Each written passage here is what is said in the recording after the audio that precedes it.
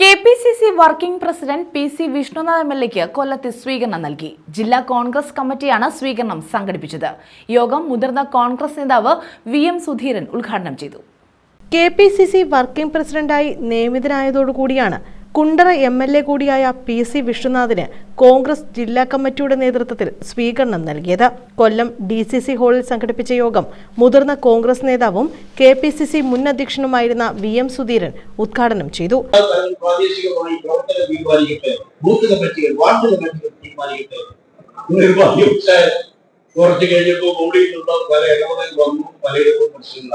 ആ തരത്തിൽ സാഹചര്യമില്ലാതെ അതാത് വാർഡുകളിലെ ജനങ്ങൾ ആഗ്രഹിക്കുന്ന നല്ല സ്ഥാനാർത്ഥികളെ നിർത്തി വിഷ്ണു ഒരു കാര്യം പ്രത്യേകിച്ച് DCC പ്രസിഡന്റിനോട് ഞാൻ അഭ്യർത്ഥിക്കുകയാണ്.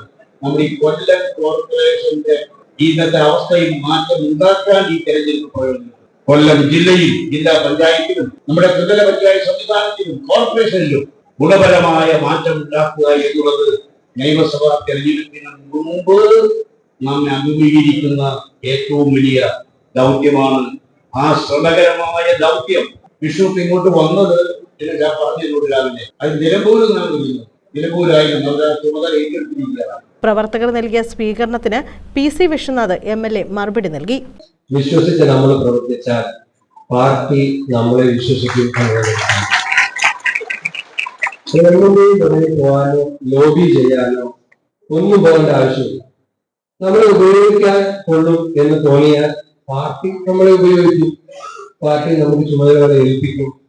ആ ഉത്തരവാദിത്വത്തിൽ എല്ലാ തലങ്ങളിലുള്ള ആളുകൾ പ്രവർത്തിച്ച് നേരത്തെ ഇവിടെ ശ്രീ KC രാജൻ അവരും പ്രസിഡന്റുമെല്ലാം സൂചിപ്പിച്ചതുപോലെ ഞാൻ ഈ നേതാക്കളെല്ലാം ഞാൻ കേസുമായിരുന്ന കാലം മുതൽ കണ്ട നേതാക്കന്മാരാണ് ഈ വേദിയിലുള്ള നേതാക്കൾ. രാജേട്ടൻ DCC പ്രസിഡന്റ് പ്രസാദ് സാറ് ഞങ്ങളുടെ നാട്ടിൽ ആദർശ പുരുഷനായ നേതാവ്.